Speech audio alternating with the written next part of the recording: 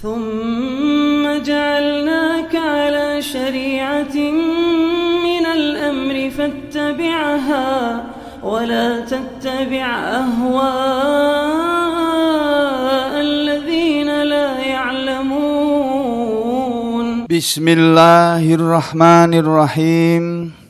الحمد لله رب العالمين. Wassalatu wassalamu ala rasulillah wa ala alihi thahirina ajma'in.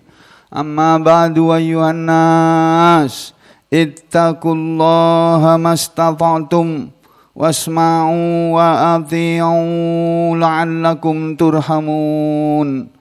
Para muslimin rahimakumullah, setelah beberapa hari kita mempelajari, mengulang kembali surat Abasa, surat nomor 80 dalam nomor urut surat-surat di dalam Al-Quran, tetapi di dalam turunnya wahyu surat ini nomor urutnya nomor 24.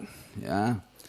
Kita sudah mempelajari ayat 1 sampai dengan ayat 16. Yang di situ Allah Subhanahu wa taala berfirman, A'udzu billahi minasyaitonir rajim. Bismillahirrahmanirrahim. Abasa wa tawalla an ja'ahul a'ma wa ma yudrika la'allahu yazzakka aw yadhakkaru fatanfa'ahu dzikra.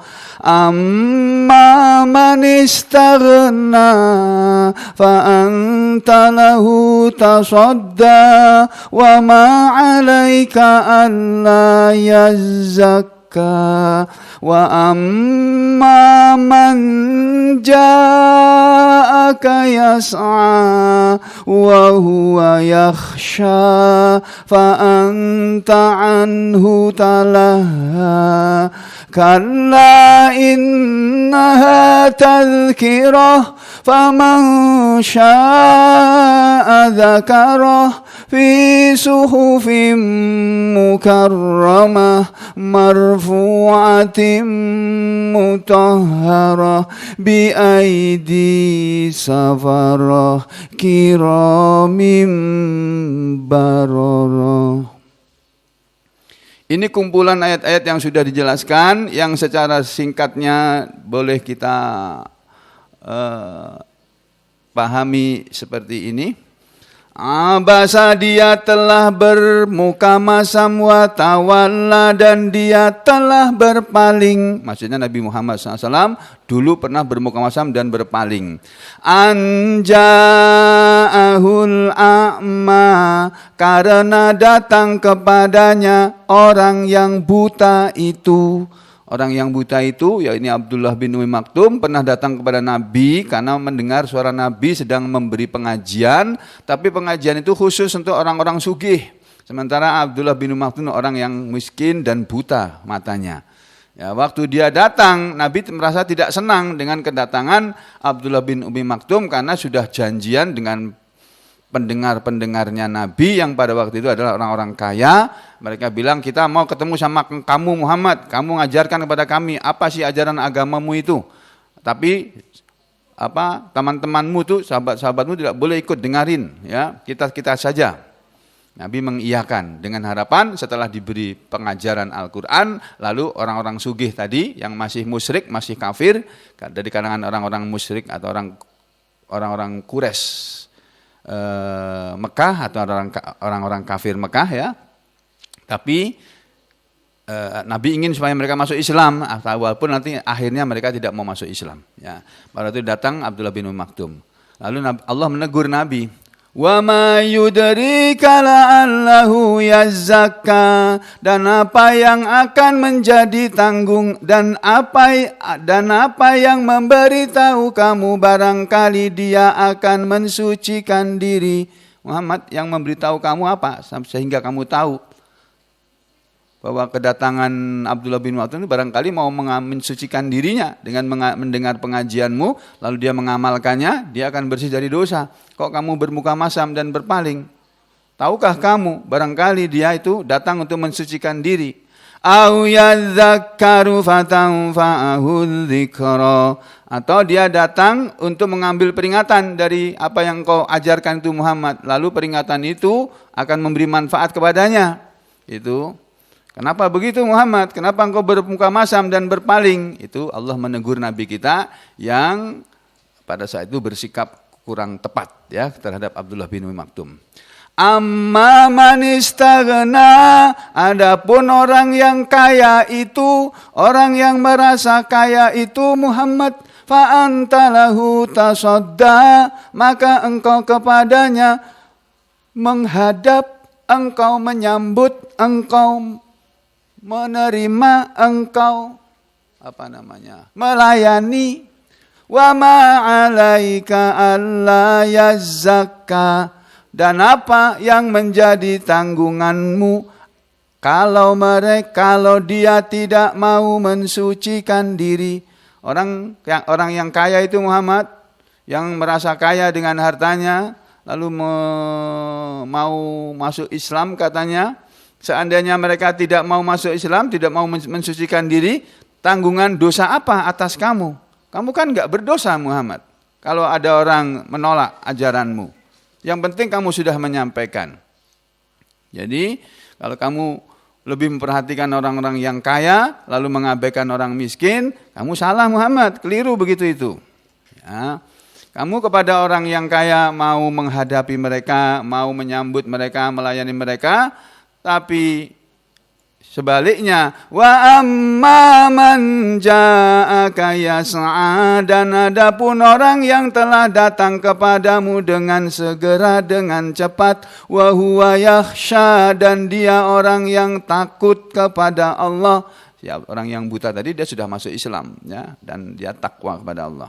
Fa anta anhu talaha, maka engkau terhadap dia engkau berpaling. Engkau mengabaikan, engkau tidak menghiraukan. Ya, begini Nabi ditegur, salah itu Muhammad. Ya, kenapa tidak boleh memberikan pengajaran khusus kepada orang-orang kaya saja dengan kemudian meninggalkan orang-orang miskin, tidak boleh ikut pengajian dari kamu Muhammad?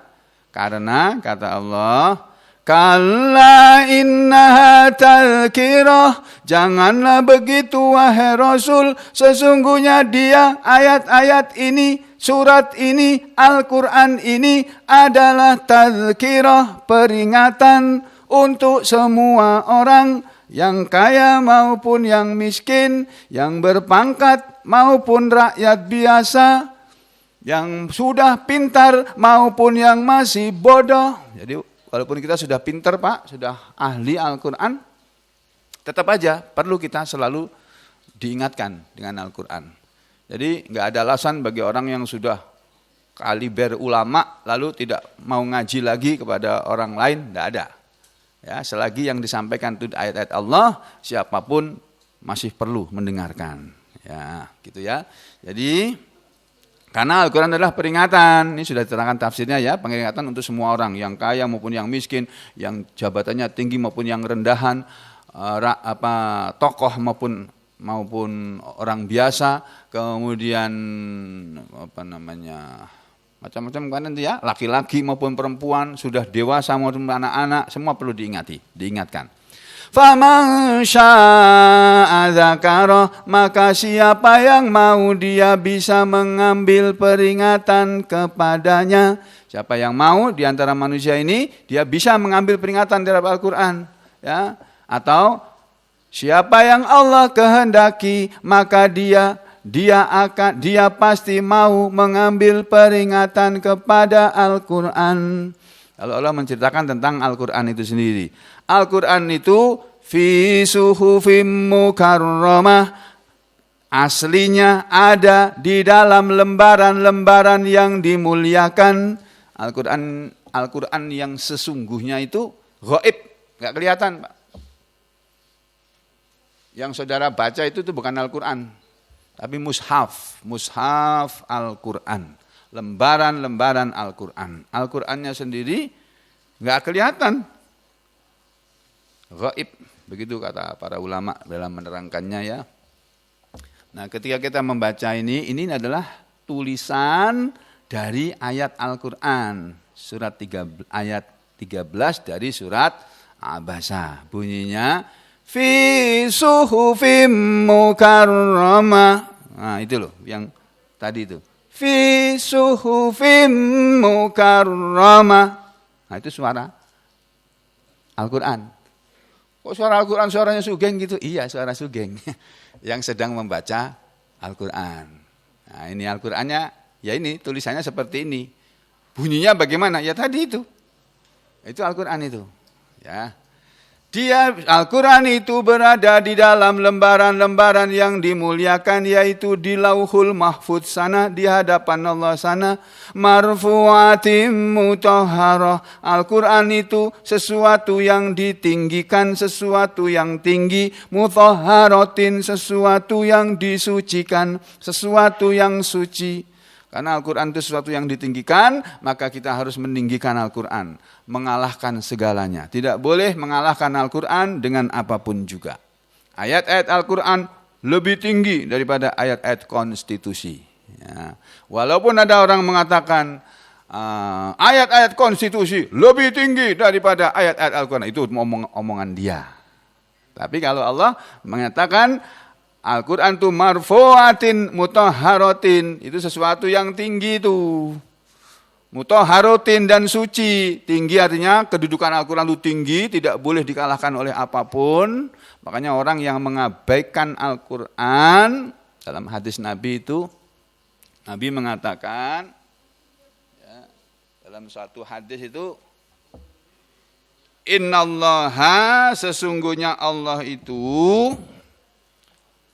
ya, Allah itu kata Nabi Muhammad sallallahu alaihi wasallam dalam sebuah hadis ya.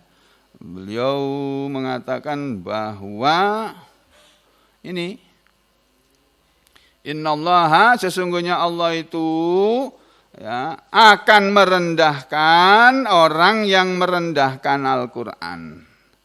Siapa yang merendahkan Al-Quran, Allah akan rendahkan dia. Nanti di akhirat. Kalau di dunia ini dia masih bisa jadi raja kayak Firaun, masih bisa jadi presiden kayak Donald Trump. Bisa. Ini kan hari dunia ini kan bukan hari pembalasan. Nanti akan ada sendiri hari pembalasan. Hari pembalasan itu nanti setelah orang mati sampai di negeri akhirat sana, baru nanti ketahuan, oh ini orang-orang yang merendahkan Al-Quran nih. Dulu waktu di dunia dia diagung-agungkan oleh rakyatnya loh orang ini, tapi di akhirat kok dimasukkan neraka oleh Allah. Karena dia waktu di dunia merendahkan Al-Quran itu. Makanya saudara sekalian, kita tidak boleh meremehkan Al-Quran. Ya, jangan sekali-kali meremehkan Al-Quran. Karena Al-Quran ini kalamullah. Ini omongannya Allah. Omongannya presiden aja kita nggak boleh membangkang nih. Kalau tahu mengolok-olok omongan presiden, ketahuan polisi langsung ditangkap sampean. Langsung dijebloskan bui, urusan belakang. Itu ngolok-olok presiden aja, omongan presiden aja bisa digituin. Wah, apalagi ngolok-olok omongan Allah. Oh, dimasukkan dalam neraka nanti ya. Jadi Al-Quran itu marfu'atim mutahharah bi aidi safarah, di tangan-tangan para malaikat. Nah, Al-Quran itu yang asli sana, ya ada di Lauhul Mahfudz itu, yang bisa megang itu cuma para malaikat-malaikat yang kata Allah sifat mereka kiramim bararah, mulia-mulia, baik-baik. Jadi kalau para malaikat yang bisa memegang Al-Quran aslinya yang ada di Lauhul Mahfudz itu saja adalah para malaikat yang kiram, mulia-mulia mereka kedudukannya di hadapan Allah, bararatin juga baik-baik mereka. Ya, karena Al-Quran itu marfuatin, sesuatu yang tinggi. Ya, tinggi kedudukannya di hadapan Allah dan tinggi tempatnya ada di Lauhul Mahfuz sana. Lauhul Mahfuz tempat yang berada di atas langit yang ketujuh. Yang kita lihat sehari-hari itu, Pak. Tuh. Yang matahari beredar di situ, itu langit yang pertama itu. Di atas langit itu masih ada langit lagi. Dan jaraknya dari langit yang kita lihat sehari-hari dengan langit di atasnya itu seperti jaraknya bumi ke langit. Terus sampai langit yang ketujuh. Dan Nabi kita pernah sampai ke sana. Pada waktu mengalami peristiwa Isra Mi'raj. Hanya beliau saja. Yang lainnya seperti kita-kita ini enggak pernah. Dan manusia tidak akan pernah sampai ke sana. Karena manusia paling cuma sampai di langit pertama ini aja, nggak bisa, di langit kedua nggak bisa. Matahari aja beredarnya di langit yang pertama itu. Tuh, galaksi, tempat beredarnya matahari, bulan dan bintang itu masih berada di langit pertama itu. Ya, itu Pak. Ya, makanya itu Al-Quran itu tempatnya tinggi, kedudukannya tinggi, dan Al-Quran itu tempatnya tinggi dan kedudukannya juga tinggi. Makanya nggak boleh direndahkan. Dan Al-Quran itu mutahharah, suci. Tidak ada berisi ajaran yang jahat, yang jelek, enggak ada. Malah memberitahu kepada manusia, ini loh perbuatan yang tidak baik, yang jelek, yang jahat. Ini yang seperti ini nih.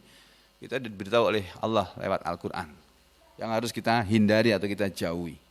Karena Al-Quran itu tinggi dan suci. Suci dari kesyirikan, suci dari kekafiran, suci dari keburukan, suci dari kekurangan maupun tambahan. Tidak ada.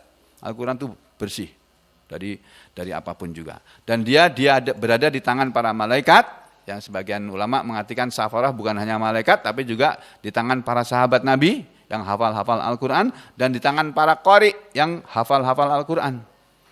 Makanya kalau orang hafal Al-Quran, dan banyak orang bisa hafal Al-Quran, 30 juz, sehingga Al-Quran tidak bisa dipalsukan orang. Begitu caranya Allah menjaga Al-Quran, tidak bisa ditambahi dan dikurangi. Kalau ada orang yang berusaha menambahi Al-Quran, ayat Al-Quran ketahuan dia. Itu dari mana itu tambahan itu? Enggak ada itu begitu. Karena yang para hafid itu, para huffaz, orang-orang yang hafal Al-Quran itu, mereka tahu mana ayat Quran yang benar, mana yang salah. Itu ya.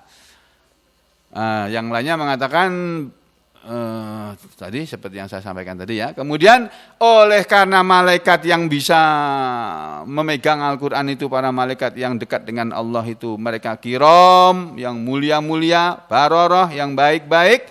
Makanya bagi manusia yang sudah mempelajari Al-Quran dan memahami Al-Quran, apalagi hafal Al-Quran, hendaknya dia, kata para ulama dalam menjelaskan ayat ini, menjadi orang yang baik, yang mulia. Mulia perilakunya, mulia perbuatannya, kemudian baik tingkah lakunya, baik perbuatannya. Mestinya begitu, jangan lagi melakukan perbuatan yang tercela. Perbuatan yang dia lakukan mestinya perbuatan yang mulia. Dan ikhlas karena Allah, bukan mulia tapi pencitraan, bukan. Bukan mulia tapi untuk pamer, bukan. Bukan mulia untuk riya atau sum'ah, tapi mulia karena Allah. Melakukan perbuatan-perbuatan yang mulia, berkata dengan perkataan-perkataan yang mulia, ya, yang mengandung kemuliaan, kebaikan, terus kemudian baroroh juga baik, orangnya baik, perilakunya baik, akhlaknya baik, mestinya begitu. Nah, selalu sekarang kita masuk ke ayat 17. Ini ayat 17.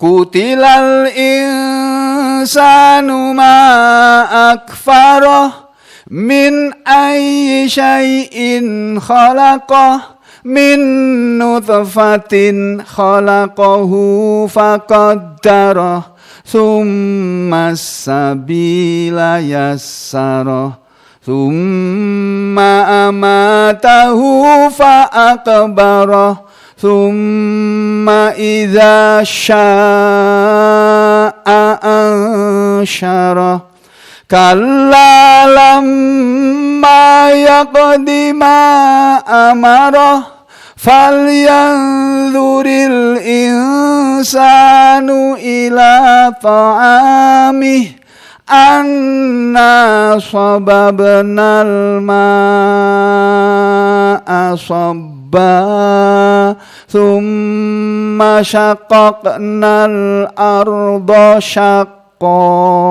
fa'ambatna fiha habba wa 'inaban wa qabba wa zaitunan wa nakhla wa hada'iqa hulba wa fakihatan wa abba mata'an lakum wa li'an'amikum. Ya, ini setelah Allah berbicara tentang kesalahan atau kekeliruan Nabi Muhammad SAW dalam bersikap, lalu Allah menceritakan, memberitahu bahwa Al-Quran adalah peringatan untuk seluruh alam, untuk seluruh manusia, tidak memandang lagi suku bangsanya, kaya miskinnya, berjabatan atau tidak berjabatan, ya, tampan atau jelek, ya, cantik atau tidak cantik, dan seterusnya, kaya atau miskin, masih kecil atau sudah besar, masih muda atau sudah tua, laki atau perempuan, tidak membedakan semua itu. Lalu Allah berfirman pada ayat yang ke-17. Ini kalau kita terjemahkan, terjemahannya begini Pak. Kutila, telah dikutuklah, al-insanu manusia itu, pakai alif lam. Ya, kalau insan itu enggak pakai alif lam, itu umumnya manusia. Tapi kalau pakai alif lam, berarti ini manusia yang sudah ditentukan oleh Allah. Kutilal insanu, telah terkutuklah, telah dikutuklah manusia itu. Manusia yang mana? Manusia yang kafir. Yang tidak mau menerima Al-Quran ini. Ma'akfaroh. Nah, ini ada dua tafsir ya. Apa yang mengkafirkan dia? Ada yang mengatakan seperti itu. Apa yang akfarohu, mengkafirkan dia, membuat dia kafir. Apa sih? Manusia kok bisa kafir itu? Apa sih yang bikin dia kafir? Itu satu. Yang kedua, ini huruf ta'ajub, huruf yang menunjukkan keheranan.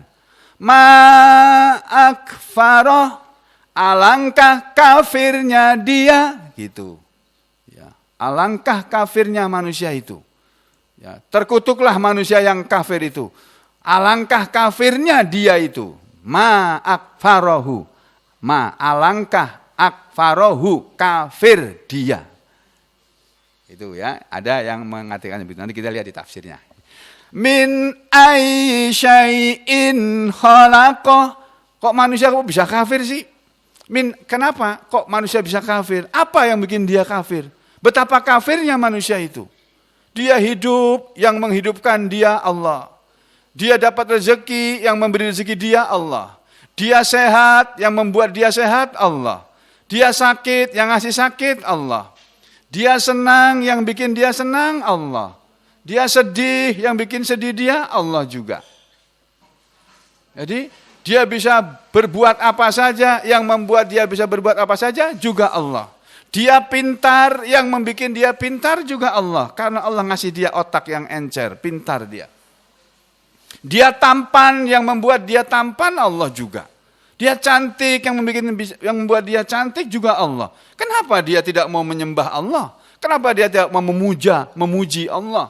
Memuja dan memuji Allah, menyembah Allah. Kenapa? Apa yang bikin dia seperti itu? Lalu Allah menguraikan asal usul manusia. Min ayyi syai'in khalaqah, min dari ayyi yang mana syai'in sesuatu, khalaqahu dia Allah telah menciptakannya. Jadi min ayyi syai'in, dari sesuatu apa sih khalaqahu, Allah telah menciptakan dia, si manusia itu tadi. Apa manusia enggak ingat dari apa dia terbuat? Dari sesuatu apa Allah membuat dia, membikin dia? Lalu Allah menjawab sendiri pertanyaannya. Bukankah manusia itu min nutfatin terbuat dari setetes air mani? Nutfah, setetes air mani. Campuran laki-laki dan air mani perempuan. Min nutfatin dari setetes mani. Khalaqahu, dia Allah menciptakannya.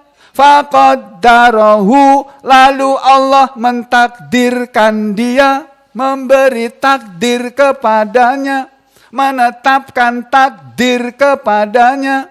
Maksudnya manusia terbuat dari setetes mani, maninya laki-laki dan mani perempuan yang bergabung. Ya, lalu Allah menciptakan di dalam rahim ibunya. Kan begitu. Kan manusia gak akan terwujud kalau bapak ibunya diam aja, gak ngapa-ngapain. Dia baru terwujud setelah bapak ibunya kumpul, lalu di dalam rahim ibunya tadi, nutfah tadi bersemayam. Lalu Allah olah itu nutfah. 40 hari berupa nutfah, 40 hari berikutnya berupa alaqah, 40 hari berikutnya berupa mudghah, gitu kan? Setelah 40 hari 3 4 kali. Ya, 3 kali, lalu menjadi mudghah. Mudghah itu bahasa Arabnya, bahasa Indonesianya mudigah, janin. Nah, terus jadi bahasa Indonesia mudigah itu berasal dari bahasa Arab mudghah. Setelah itu, lalu dia akan mulai berdenyut jantungnya itu setelah 120 hari umurnya dalam perut ibunya. Nah, habis itu baru kemudian kata Allah, setelah dia terbuat dari setetes mani, Allah membuat dia, menciptakan dia, faqaddarahu, lalu Allah mentakdirkan dia. Di dalam perut ibunya ditakdirkan oleh Allah, ini anak nanti lahir laki-laki, ini anak nanti lahir perempuan, ini anak nanti lahir sehat, ini nanti anak lahir cacat, ini anak nanti lahir putih kulitnya kayak ibunya atau kayak bapaknya, atau dia lahir warna kulitnya hitam kayak bapaknya atau kayak ibunya, tergantung ibunya bapaknya yang hitam, atau dia lahir kulitnya campuran hitam putih, tadi sawo matang. Dan seterusnya. Takdir-takdir Allah itu ditetapkan waktu manusia berumur 120 hari dalam perut ibunya. Seperti yang disabdakan oleh Nabi Muhammad SAW di hadis Arba'in An-Nawawiyah, itu ada disebut di sana. Ya, nanti anak-anak kita sedang kita ajari mereka hadis-hadis. Lalu setelah ditakdirkan dalam perut ibunya waktu usia 120 hari, itu sudah ditakdirkan. Ini nanti akan lahir pada tanggal sekian, bulan sekian, hari tanggal sekian, bulan sekian, tahun sekian. Lalu ilmu kedokteran, kebidanan dan kandungan mempelajari, lalu mereka mendapatkan rumus HPL, hari perkiraan lahir. Dimulai dari mana? Hari perkiraan lahir hanya bisa ditentukan kalau si ibu yang mengandung tadi tahu hari pertama haid terakhirnya kapan. Hari pertama haid terakhirnya kapan dia. Terakhir dia haid, hari pertamanya kapan. Nah, itu dimasukkan rumus itu, nanti ketahuan HPL-nya. Hari perkiraan lahir. Itu perkiraan, Pak. Pastinya belum. Pastinya yang tahu cuma Allah. Dokter cuma tahu HPL-nya. Kan sering kan ibu-ibu yang mengandung itu dibilang oleh bidan atau oleh dokter kandungan, spesialis kandungan. Ibu nanti HPL-nya sekian, tanggal sekian, Bu. Itu belum tentu itu betul, itu perkiraan, nama aja perkiraan kok. Ya, bisa jadi tanggal itu persis, bisa juga mundur sehari atau maju sehari. Itu terserah kepada Allah. Karena semuanya itu ketetapan Allah. Faqaddarahu, Allah yang mentakdirkan dia. Juga nanti setelah dia lahir sudah tahu, ditetapkan oleh Allah kapan dia lahir, nanti lahirnya sehat apa enggak, dan lahirnya di mana juga enggak ada yang tahu. Mungkin lahirnya di kamar mandi, bisa itu. Atau lahirnya di rumah, kayak anak saya yang nomor 1, melahirkan anaknya yang ketiga itu di rumah. Turun dari lantai 2, duk, keluar. Bingung semua itu satu rumah itu. Wah, enggak disangka. Jadi Kan macam-macam. Seperti saya sendiri, saya sudah sering cerita, saya itu lahirnya di hotel, Pak. Ibu saya melahirkan saya di hotel waktu itu. Karena ibu saya baru pindahan dari Medan dengan bapak saya, mau dipindah ke Jakarta. Karena beliau terakhir jabatannya Wakil Kasdam, Kepala Staf Kodam 2 Bukit Barisan. Yang waktu itu Aceh dan Sumatera Utara, Kodamnya 1, namanya Kodam 2 Bukit Barisan. Nah, pindah ke Jakarta, sementara belum ada tempat tinggal, menginap di hotel dulu, karena rumah yang akan ditempati masih ditempati oleh tentara yang lainnya. Nah, kita tinggal beberapa hari, itu cerita ibu saya, aku lahir di situ.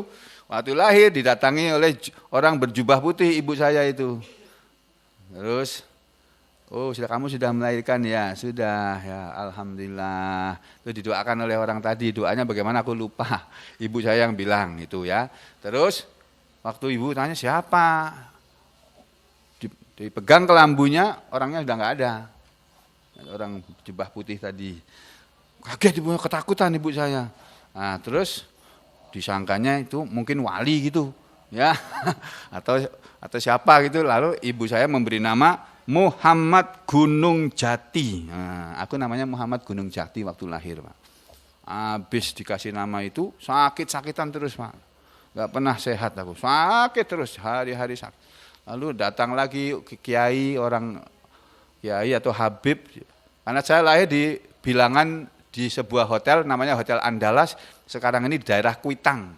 Kita tahu namanya daerah Kuitang di Jakarta itu tempatnya Habib-Habib itu. Sampai hari ini ada pengajian tiap hari Ahad tuh di daerah Kuitang itu, dekat Pasar Senen itu. Ya. Itu si kiai tadi memberitahu, ini anak ini diganti aja namanya, Bu, enggak kuat, pakai namanya Sunan Gunung Jati. Itu wali, nama wali itu ganti aja. Terus diganti siapa ya? Pokoknya diganti lah. Lalu ibu saya yang mengganti nama saya menjadi Sugeng, gitu Pak. Sugeng itu bahasa Jawa, artinya selamat, gitu loh. Supaya anak ini selamat, jangan sakit-sakitan lagi. Gitu. Itu udah kembali ke sini. Jadi Allah yang mentakdirkan manusia kapan lahir, ya, lahirnya nanti di mana, yang tahu cuma Allah saja. Kita sudah merencanakan nanti anakku mau saya bawa, mau sekali-sekali anakku lahir di Jepang itu. Nah, mau dibawa ke Jepang, belum sampai Jepang dia udah lahir dulu di Jakarta. Bisa saja itu terjadi gitu ya. Jadi nggak ada yang tahu. Demikian juga sudah ditakdirkan oleh Allah nanti dia akan masuk surga atau masuk neraka. Waktu manusia umur 120 hari. Itu dalam hadis Nabi, sahih hadisnya. Sudah di tempat ini nanti akan masuk surga. Ini nanti akan masuk neraka. Itu yang tahu cuma Allah. Malaikat cuma disuruh nulis saja dan dia tidak diberi hak oleh Allah untuk memberitahu kepada manusianya tadi, cuma nulis saja. Lalu kata Allah, "Tsumma sabila", kemudian jalan itu yassarahu, dia Allah memudahkan dia. Tsumma, kemudian as-sabila, jalan itu. Ada yang mengatakan jalan lahirnya manusia yang sudah dikandung oleh ibunya, yassara, Allah memudahkan hu kepada dia. Kemudian Allah memudahkan jalan lahirnya dia. Setelah ditakdirkan kapan dia lahir, dia akan lahir pada waktu yang sudah Allah tetapkan. Ya, Allah akan memudahkan jalan keluarnya. Sehingga saudara bisa mengetahui bahwa kita semua ini lahir melalui ibu kita, rahim ibu kita masing-masing, dan keluarnya itu dari depan. Dari farjinya perempuan, ibu, lewat depan. Dan kita lahirnya itu keluar itu dalam keadaan melihat ke bawah, Pak. Menunduk gini. Bidan-bidan itu tahu bagaimana waktu melahirkan anak. Kebanyakan anak itu lahir itu kepalanya di bawah. Itu yang normal begitu. Kenapa? Karena kalau dia ngelihat ke atas nanti ngelihat kemaluan ibunya. Dibuat oleh Allah tuh menunduk ke bawah. Begitu tuh Allah mengaturnya tuh. Ya. Nah, ini kalau mau buktinya ya kalau pas sampean punya istri lagi mengandung, lihat itu pas keluarnya itu. Nunduk apa menengadah dia. Kalau ini anak kurang ajar nih kalau menengadah ini. Ya. Kalau anaknya menunduk, nah itu berarti anak baik ini. Anak normal ini. Ya. Allah memudahkan dia keluar dari perut ibunya. Habis itu, summa amatahu, kemudian Allah mematikan dia. Setelah dia hidup, lahir dan hidup di dunia, fa'akbarahu, lalu Allah menguburkan dia. Lalu akbaro, menguburkan dia. Maksudnya, lalu Allah membuat aturan dalam syariat Islam, kalau ada orang mati dikubur. Karena manusia itu adalah makhluk yang dimuliakan oleh Allah. Sehingga tidak boleh dibiarkan. Walaupun dia kena COVID-19. Tetap harus dikubur.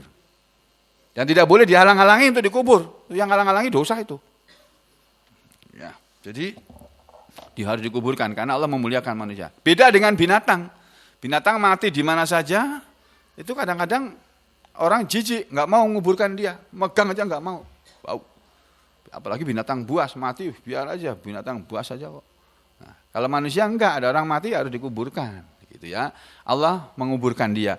Tsumma, kemudian idza, apabila atau ketika sya'a, dia Allah menghendaki, ansyarahu, Allah akan membangkitkan dia lagi sesudah matinya di akhirat sana. Tuh, habis itu baru ayat ke-23. Kala, janganlah begitu wahai manusia, kamu kok menjadi kafir? Ya, kamu jangan begitu. Lama yaqdima amarah, lama belumlah yaqdi, manusia menunaikan ya ma, apa yang amarahu, Allah telah memerintahkan kepadanya.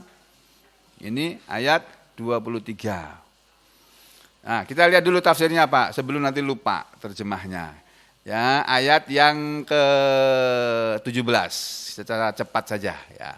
Kutilal insan, telah dikutuklah manusia itu, terkutuklah manusia itu. Ahli tafsir mengartikan kutila ai, yaitu lu'ina, telah dilaknatlah. Dilaknat atau dikutuk sama saja ya. Telah dilaknat manusia itu. Manusia yang mana? Manusia al-kafiru, manusia yang kafir itu.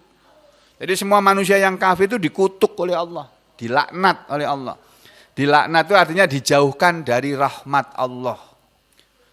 Jangan sampai kita dilaknat oleh Allah. Kalau dilaknat oleh manusia enggak apa-apa, Pak. Dikutuk oleh manusia enggak apa-apa, asal bukan ibu kita yang ngutuk. Kalau dikutuk oleh ibu kita celaka kita, kayak maling kundan itu. Jangan sampai ibu kita marah. Makanya manusia calon penghuni surga itu dia pasti mengutamakan ibunya lebih daripada bapaknya. Nabi mengatakan ketika ditanya oleh seorang sahabat, "Ya Rasulullah, bagaimana aku mempergauli ibu saya ya Rasulullah? Bagaimana aku harus bersikap pada ibu saya ya Rasulullah? Bagaimana aku harus bersifat kepada kedua orang tua saya ya Allah? Ya. Atau manusia yang manakah yang aku harus berbuat baik kepada dia ya Rasulullah?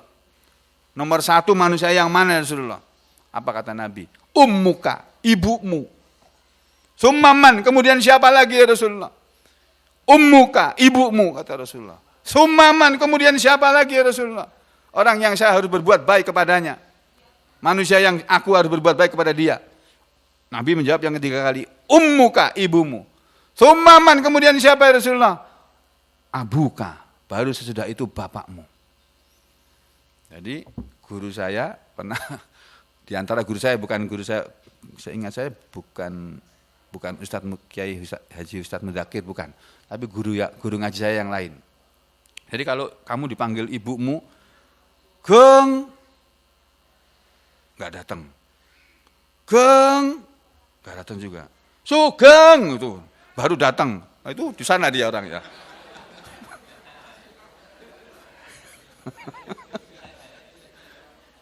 Udah panggil 3 kali baru siap, itu terlambat itu. Kalau yang manggil ibu 1 kali panggilan segera datang. Kalau yang manggil bapak tunggu sampai 3 kali. Geng, aduh, biar aja tunggu dulu. Yang manggil bapaknya ini. Aku kalau dipanggil bapak paling mau dipukulin, aku nggak mau. Bapak galak kok itu. Panggil lagi geng 2 kali, geng 3 kali baru. Sini. Ada apa Pak? Udah dipanggil 3 kali datang nggak apa-apa itu kalau bapak. Tapi kalau ibu sampai 3 kali kamu kurang ajar. Sama ibu dipanggil nggak segera datang. Itu salah satu guru agama saya. Karena Nabi mengajarinya kalau orang yang harus berbuat baik kepada dia adalah ibu. Nomor 2 ibu, nomor 3 ibu, nomor 4 baru bapak. Nomor 5 baru presiden atau menteri atau kepala dinasmu atau bupatimu, wali kotamu, gubernurmu, itu nomor 5 itu. Ya. Itu ya, begitu ya. Kemudian kita lanjutkan. Terkutuklah manusia yang kafir itu ma'akfarahu, apa yang mengkafirkan dia. Ada yang mengatakan ma'akfarahu, alangkah kafirnya dia. Ini tafsir Al-Baghawi ini mengatakan ma'akfarahu ma'asyadda kufruhu, alangkah amat sangatnya kekafiran dia. Alangkah kafirnya dia manusia yang kafir itu. Billah kepada Allah, ma'a padahal bersamaan dengan kafirnya itu, kasroti ihsanihi, banyak kebaikan Allah yang sudah Allah berikan kepada dia. Jadi ma'akfarohu, kalimat ini adalah kalimat ala tariqit ta'ajjub, kalimat berdasarkan kepada jalan keheranan yang menunjukkan kepada keheranan, ta'ajjub. Keheranan, kenapa manusia bisa kafir dan betapa kafirnya manusia itu, alangkah kafirnya manusia itu. Allah sudah berbuat baik banyak kepada dia, tapi disuruh sholat saja dia nggak mau. Disuruh mengucapkan kalimat asyhadu alla ilaha illallah wa asyhadu anna muhammadar rasulullah. Padahal kalau manusia mengucapkan 2 kalimat syahadat, itu tiket untuk masuk surga, itu sudah dapat dia tiket. Tapi dia nggak mau, ya sudah nggak dapat tiket. Masuk surga itu perlu karcis juga Pak, perlu tiket juga. Tiketnya cuma 2 kalimat syahadat saja. Kalau menurut ajaran Kristen tiketnya itu baptis. Orang kalau masuk ajaran kita harus dibaptis dulu, dimandikan, dibaptis. Kata mereka yang beragama Nasrani, kalau orang sudah dibaptis nanti akan masuk surga, ya karena dosa-dosanya sudah ditanggung oleh Yesus. Ya, jadi dia berbuat dosa apa aja nggak apa-apa, karena sudah ditanggung oleh Yesus dosanya. Itu kalau ajaran Nasrani. Karena aku dulu 6 tahun aku sekolah di sekolahan Kristen. 5 tahun, SD 2 tahun, SMP 3 tahun. Terus 3 tahunnya lagi 1,5 tahun di SMA Katolik, 1,5 tahun di SMA Negeri. Jadi tahu ajaran Kristen saya. Ya, karena dulu pelajaran agamanya agama Kristen, nggak ada pelajaran agama Islam untuk orang yang beragama Islam sekalipun di tempat sekolah yang Kristen-Kristen itu. Nah, kembali sini ya. Ada yang mengartikan ma di sini ma istifham. Jadi Kutilal insanu, terkutuklah manusia itu ma apa yang akfarohu, mengkafirkan dia. Jadi ada 2 tafsir ya. Yang satu, alangkah kafirnya dia, atau apa yang mengkafirkan dia, ayyusai'in akfarohu, apa, sesuatu apa yang membuat dia kafir.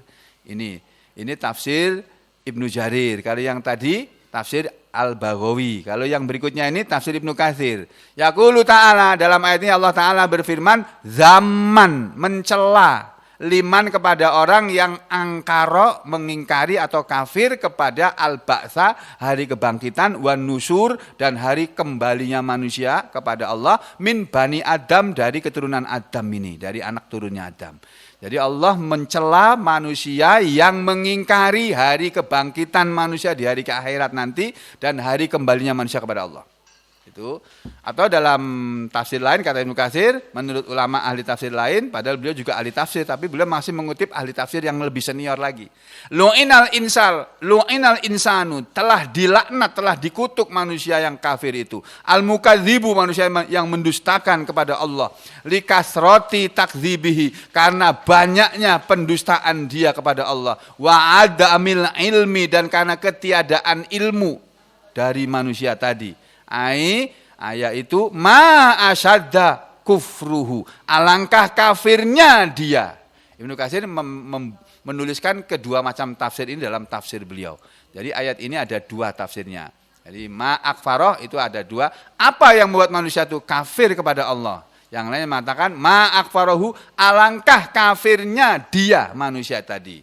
Lalu pada ayat yang ke-18, min ayyi syai'in khalaqah, dari sesuatu apakah Allah menciptakan dia?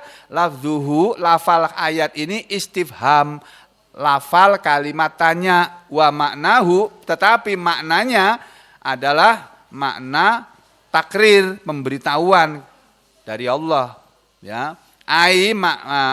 Maknanya adalah min ayyi syai'in, dari sesuatu apa? Khalaqal insanal kafiro, Allah telah menciptakan manusia yang kafir itu. Dari sesuatu apa telah menciptakan manusia yang kafir itu? Rabbuhu, Tuhannya. Hatta yatakabbarok, sampai dia bisa takabur begitu. Manusia kok bisa takabur, sombong, enggak mau beriman, enggak mau nurut sama Allah, enggak mau taat sama Allah, itu kenapa itu manusia sampai begitu tuh? Alangkah kafirnya manusia yang seperti itu. Atau wa yata'adzama, dia merasa diri besar, an ta'ati rabbihi, sehingga dia tidak mau taat kepada Allah Tuhannya. Ini kalimatnya istifham, kalimat tanya, kata ahli tafsir Ibnu Jarir at-Tabari dan Imam Al-Baghawi dalam kitab tafsir mereka berdua, ya. Tetapi ini ayat berupa ikrar, pemberitahuan bitauhidihi, terhadap ketauhidan Allah. Bahwa Allah itu Maha Esa, itu sudah Allah jelaskan dalam Al-Qur'an, ya, bahwa Allah itu Maha Esa. Tetapi manusia ada yang tidak mau mengakui keesaan Allah. Bahkan sekarang ini mereka mau mengubah Pancasila. Ya, dari Pancasila mau diubah menjadi Trisila, dari Trisila mau diubah menjadi Ekasila, dari Ekasila mau diganti ketuhanan yang berkebudayaan. Ada manusia yang mau berbuat seperti itu. Ya, padahal sudah baik-baik negara ini didirikan dalam pembukaan Undang-Undang Dasar 45 dikatakan negara ini didirikan dan berdasarkan kepada, gitu kan ya, kepada ketuhanan yang Maha Esa, kemanusiaan yang adil dan beradab, dan seterusnya. Kita kembali ke sini. Jadi dalam tafsir lain dikatakan innallaha, sesungguhnya Allah itu khalaqal insan, telah menciptakan manusia min syai'in hakirin, dari sesuatu yang hina, yaitu air mani tadi. Fala yambaghi lahu, maka tidak pantas bagi dia at-takabburu, bersikap takabur, wa tajabburu, dan bersikap merasa diri hebat atau merasa diri besar. Ala ya'lamu, apa dia tidak tahu, hadzal insan, manusia ini, min ayyi syai'in khalaqahu rabbuhu, dari sesuatu apa telah menciptakan dia Tuhannya. Allah menjawab pertanyaannya sendiri. Min nutfatin khalaqahu faqaddara, dari setetes mani Allah menciptakan dia lalu mentakdirkan dia. Tafsirnya min nutfatin, nutfatan tarotan, manusia terbuat dari setetes air mani dalam satu kali, dalam satu masa. Summa kemudian alakotan, berubah menjadi alakoh di kali yang lain, ukhro di kali yang lain. Summa kemudian mudghotan, berubah lagi menjadi mudghoh, segumpal daging. Ila, sampai kepada an, bahwa atat alaihi, datang kepada dia, ahwaluhu, keadaan dia, wa huwa fi rahimi ummihi, dan dia berada dalam rahim ibunya. Faqaddara, lalu Allah mentakdirkan dia, mentakdirkan khalqahu, penciptaan dia. Allah mentakdirkan penciptaan manusia. Ada yang manusia ditakdirkan oleh Allah diciptakan dalam perut ibunya dalam keadaan sehat wal afiat, lengkap organnya. Ada yang punya kekurangan, punya cacat. Seperti anak saya yang terakhir, nomor 4 itu, dia punya kekurangan. Tapi saya bersyukur kepada Allah, diberi kesempatan oleh Allah mengasuh anak yang berkebutuhan khusus. Pahalanya lebih besar. Dan anak seperti itu tidak akan dihisap nanti di akhirat. Lurs, kita nanti akan ditanya, Geng, kamu dulu sholat enggak waktu di dunia? Kamu ngaji apa enggak, Geng? Ya. Kamu beramal soleh enggak? Kamu berbakti sama ibu bapakmu apa enggak? Berbakti pada saudaramu apa enggak? Berbakti pada istrimu apa enggak? Berbakti pada anak-anakmu apa enggak? Ditanya kita nanti, Pak. Zidan enggak akan ditanya, bebas merdeka dia. Makanya anak-anak berkebutuhan khusus jangan dihina. Mereka itu punya keistimewaan sendiri. Ya gitu ya. Jadi Allah mentakdirkan makhluknya, ditakdirkan roksahu, bentuk kepalanya, Ada yang kepalanya kecil, ada yang kepalanya sedang, ada yang kepalanya gede. Kalau kepalanya gede lahirnya susah itu. Keluar dari perut ibunya susah sehingga harus dioperasi ibunya. Ada yang kepalanya panjul, ada yang kepalanya normal, bagus, bunder. Yang bagus itu kepala itu yang kayak apa sih?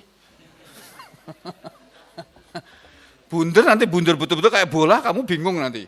Punya anak bunder, yang bagus yang bunder kepalanya Ustadz. Jadi ibunya mudah melahirkannya gampang. Nanti kalau kepala anakmu bunder kayak bola kaki itu bingung loh kamu. Ini anak kok aneh sih anak ini.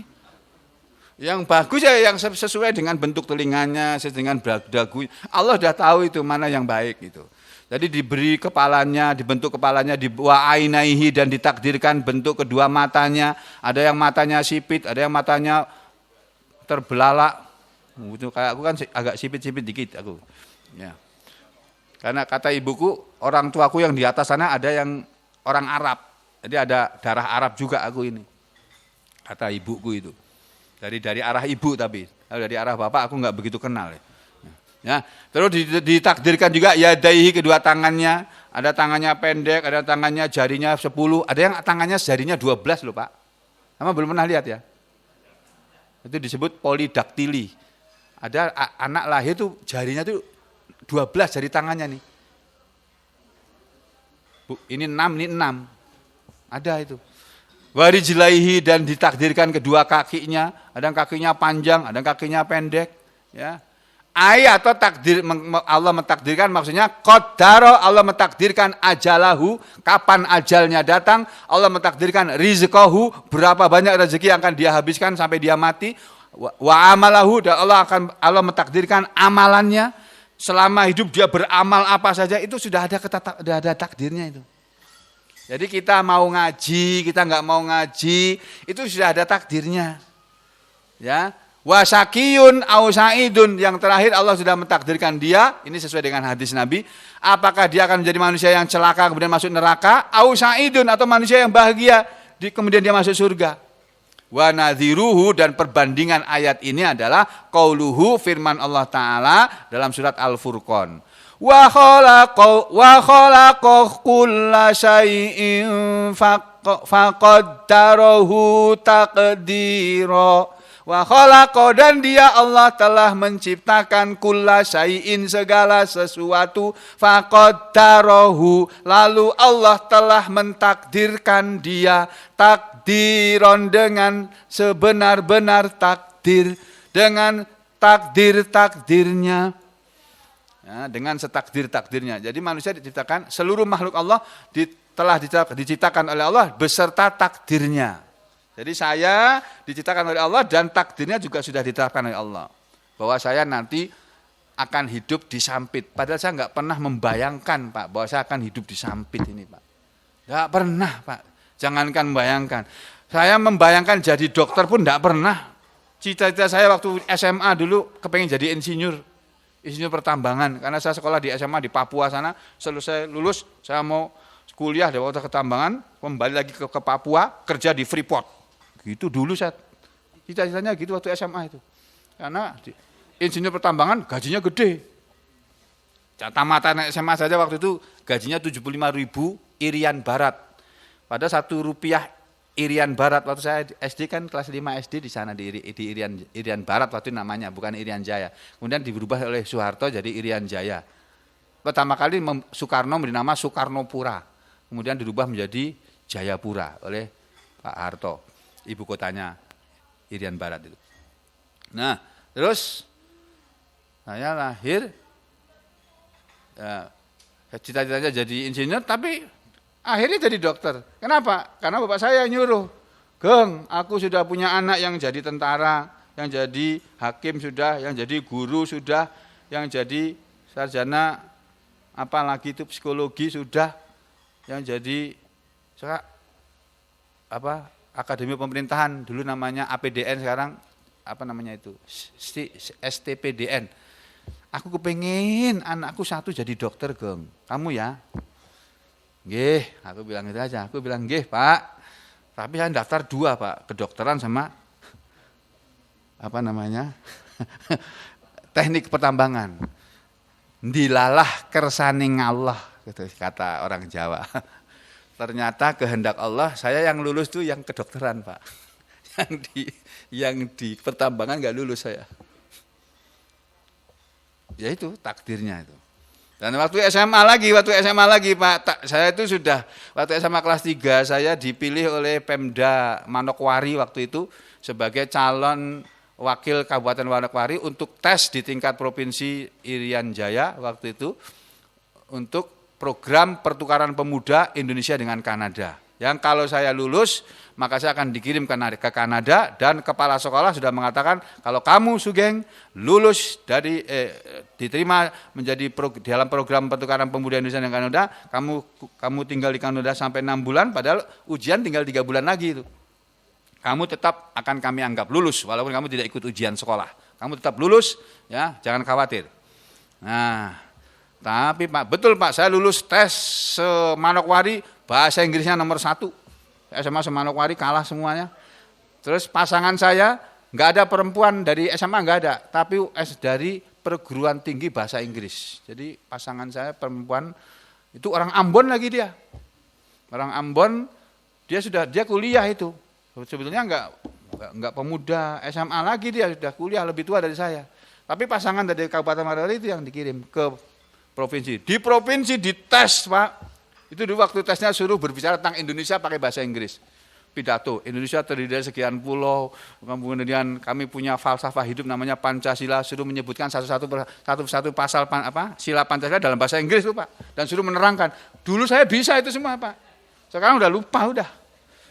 Lulus saya, tingkat provinsi lulus, kami berdua, yang satu saya, laki-lakinya, perempuannya itu orang Irian. Orang Irian, dia dari Jayapura.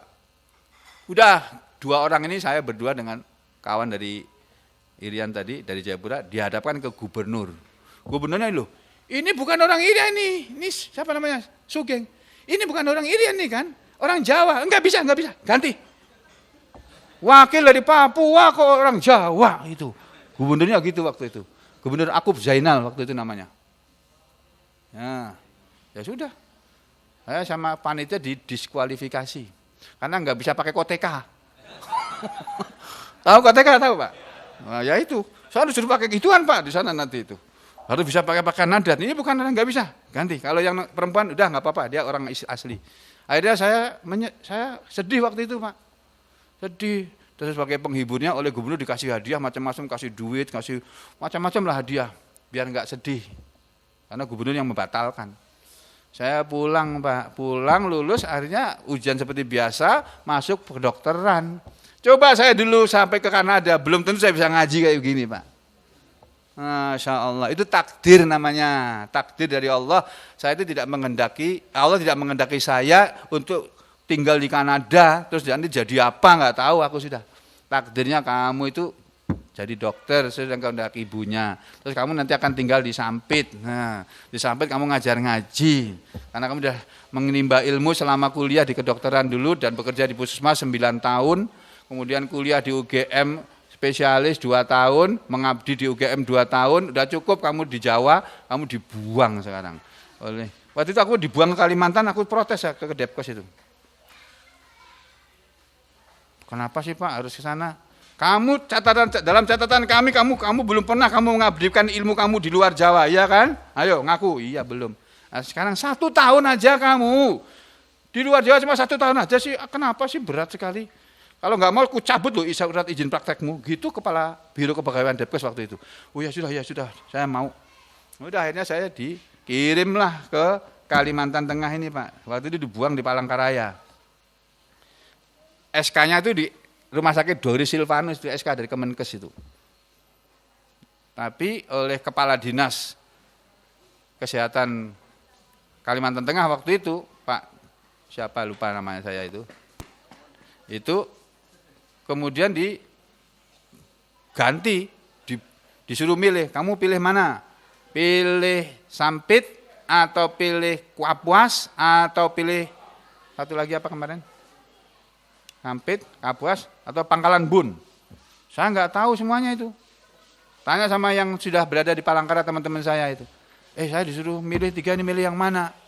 Terus spesialis THT kawan saya mengatakan, Sugeng, kalau saya kan sudah lama kerja di Palangkaraya nih Geng, spesialis THT Pak Mulyadi, Dr. Mulyadi, SPHT THT. Kamu cocoknya di Sampit Geng, karena kamu ngerti agama. Sampit tuh masyarakatnya agamis, gitu. Iya kah? Iya sudah, nurut aku kamu, udah. Aku nurut dia sudah, karena dia pengalaman di. Betul Pak, saya di sini setahun, kok enak di sini ya? 2 tahun, kok tambah enak ya? 3 tahun tambah enak, 17 tahun saya di sini Pak. Masya Allah. Waktu kalau saya ke Jawa pulang ketemu profesor saya itu, kapan kamu kembali ke Sarjito Geng? Katanya kamu dulu 3 tahun aja. Enggak Prof, Pak Bupatinya nggak mau melepas saya, Pak Wahyudi Kak Anwar itu. Nggak mau melepas saya, karena saya sedang merawat istrinya Dok, kena stroke istrinya. Prof, ya udah kamu teruskan dulu sampai selesai nanti bupatinya ganti, kamu kembali sini ya. Itu. Bupatinya ganti juga nggak mau ngelepas saya juga nih Pak. Astagfirullah. Akhirnya ya sudah sampai pensiun saya.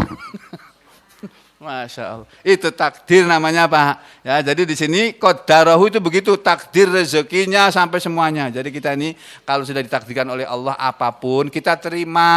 Ya, jangan protes kepada takdir Allah. Kita ditakdirkan sehat, bersyukur. Ditakdirkan sakit, bersabar. Ditakdirkan kaya, bersyukur. Nah hari ini ada yang bersyukur Pak.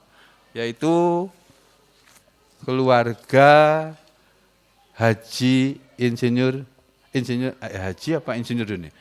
Haji Insinyur atau Insinyur Haji Juanda. Gimana nih yang benar nih? Pak Haji Juanda, Insinyur Haji Juanda. Ya. Beliau hari ini menyelenggarakan akikah untuk putrinya yang bernama Sri Mentaya binti Haji Juanda. Kita doakan untuk beliau ya. Bismillahirrahmanirrahim. Alhamdulillahirabbil alamin. Allahumma shalli ala Muhammad wa ala ali Muhammad. Allahumma ja'al Sri Mentaya binti Haji Juanda waladatan salihah. Allahumma ja'alha waladatan salihah.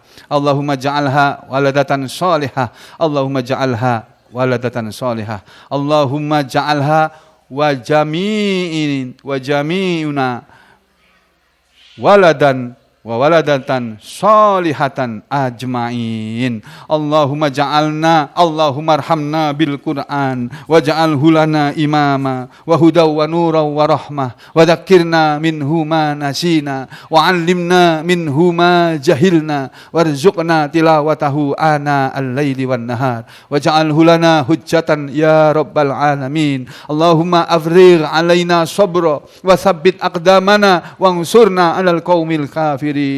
Allahumma faqihna fid din. Allahumma 'allimna al-kitab. Allahumma aslih lana fi dinina wa wasi' lana fi darina wa barik lana fi rizqina. Ya muqallibal qulub, tsabbit qulubana 'ala dinik wa ya musarrifal qulub, sarrif qulubana ila ta'atik. Allahumma inna nas'aluka ridhaka wal jannah wa na'udzubika min sakhatika wan nar. Allahumma inna nas'aluka al istiqamah wa husnal khatimah.